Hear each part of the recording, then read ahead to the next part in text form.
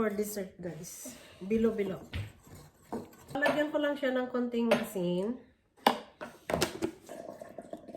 A little bit of brown sugar.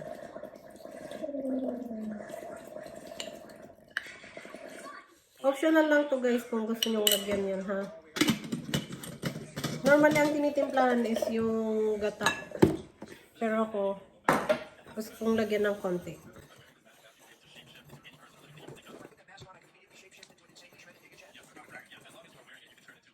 Ito ng gata. Yan yung, bibilugin ko yung aking flour. Glutinous rice flour. Dahan-dahanin natin baka kasi masobrahan.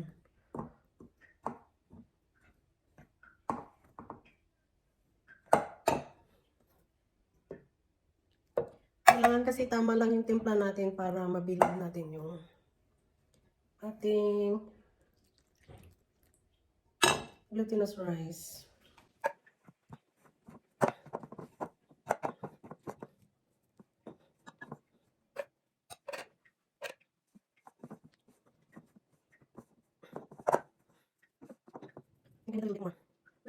Flour natin, pero ako I prefer to use the gata. Mas masarap.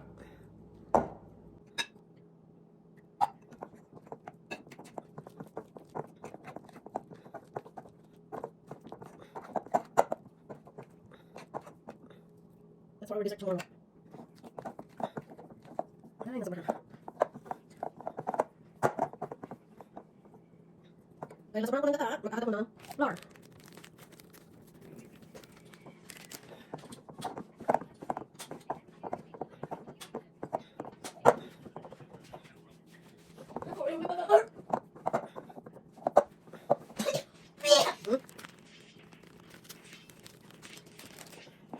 Ibalik ko pa lang ito.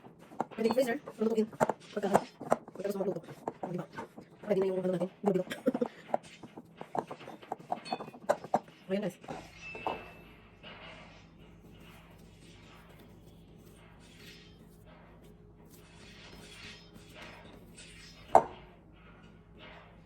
Parang ka lang din nagmamasa ng ng tinapay. So, ito yung paglalagyan ko doon sa bibilogin ko, guys. Kailangan ko siyang lagyan ng glutinous flour para hindi sila magdikit-dikit. Diyan ko i-roll yung aking Ayan.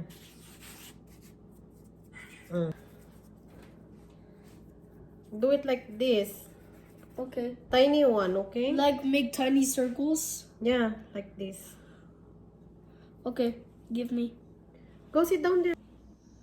Oh. Sorry, just leave it there. Mama will gonna roll it later. I can roll it. I want to roll it.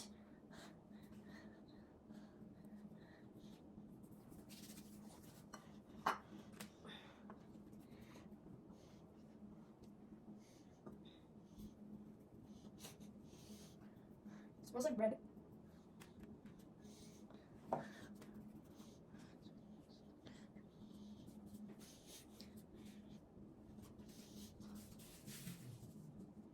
Don't play, huh?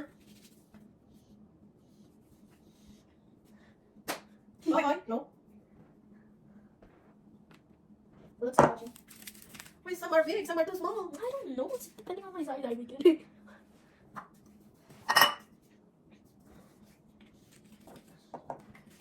So do I just do this? Yeah, that's how it is. Be careful.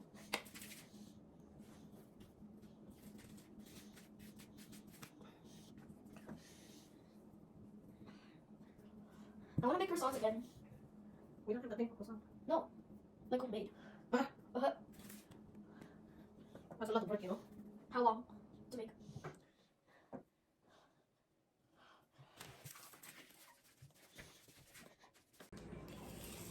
So, ayan guys, nabilog ko na yung aking glutinous rice. Oh. So, ngayon, i-chop ko yung aking sweet potato.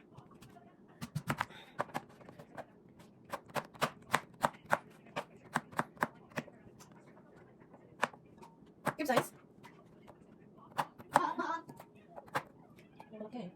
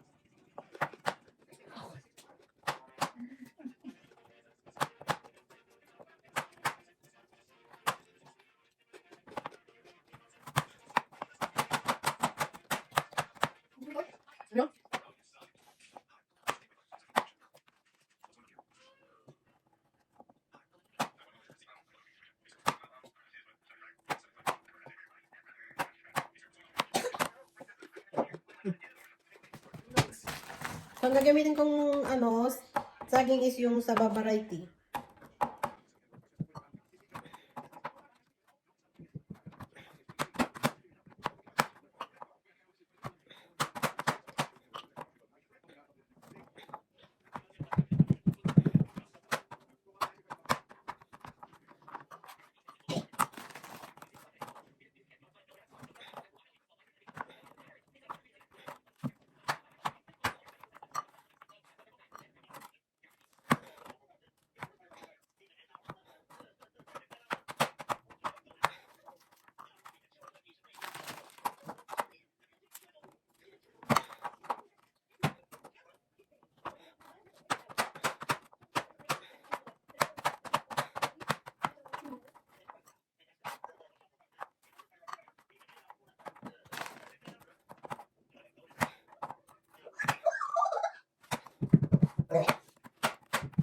Basta. I told you, go put it on.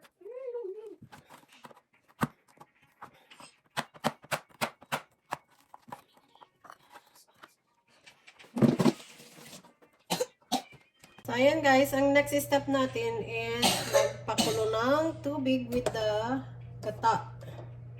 So, nilagyan ko na yan ng tubig. Ayan. Nilagyan ko siya ng 2.5 liters na tubig. So, ayan guys, ilalagay ko na ngayon yung gata ng nyog. Nalagyan ko siya ng 4 na can.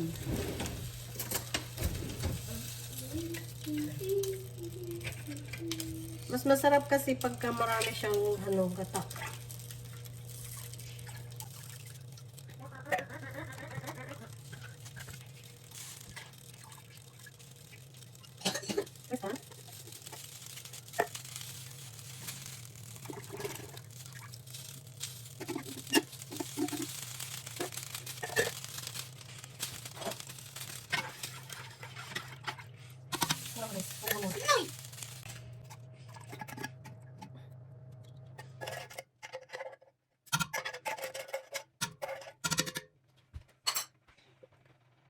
So, ayan guys, kumukulo na yung gata.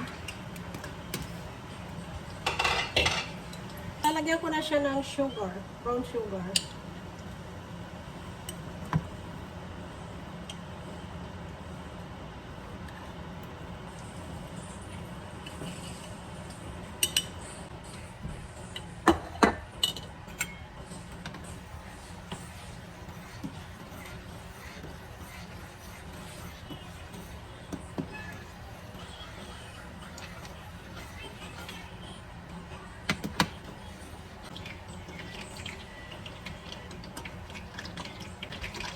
So kami, ewan ko lang sa Katagalugan, pero ang sa amin kasi nilalagyan natin siya ng konting asin.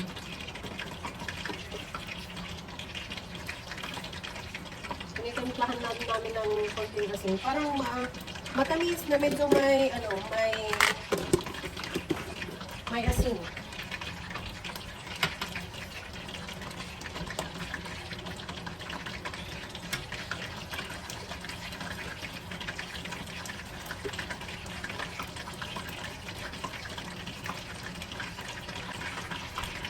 Hintayin ko lang na kukuluan na ilalagay ko na yung aking mga sahog. So, ayan guys, kumukulo na. Ilalagay ko na ngayon yung ating kamote, tsaka yung saging.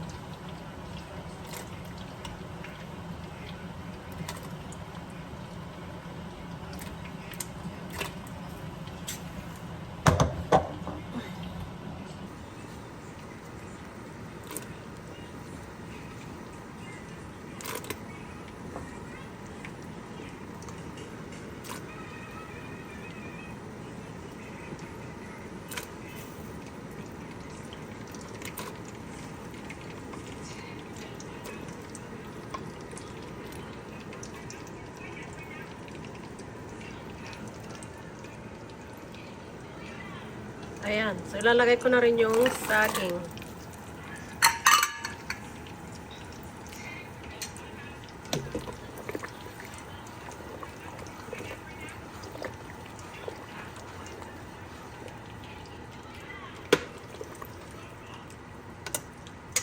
So, pakukuluan ko lang yan ng about mga 5 minutes. And then, ilalagay ko na rin yung aking bilo-bilo. So, ayun guys. Pwede ko na ngayon ilagay yung aking bilo-bilo. Bilo-bilo. Ang aking bilog-bilog. Dahan-dahanin lang natin kasi maginit. Maginit.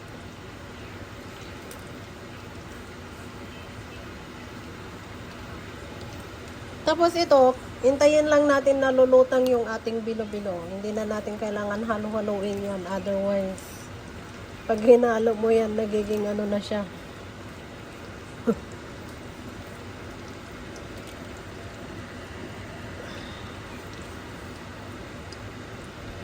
Palutangin natin yung ating bilo-bilo. That's how it is.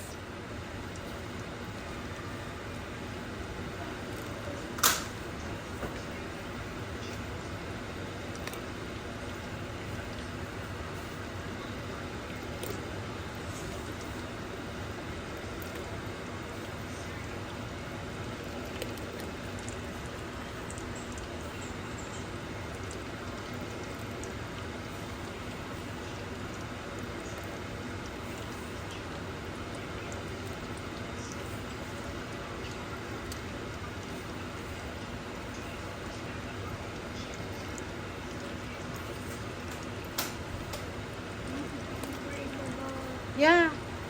You can take some of those now. So, ayan guys. Hintayin lang natin na lulutang yung mga bilo-bilo. Turn down ko yung apoy para hindi siya masunog sa ilalim. So, ayan guys. Lumutang na yung ating bilo-bilo. That means luto na. Ayan.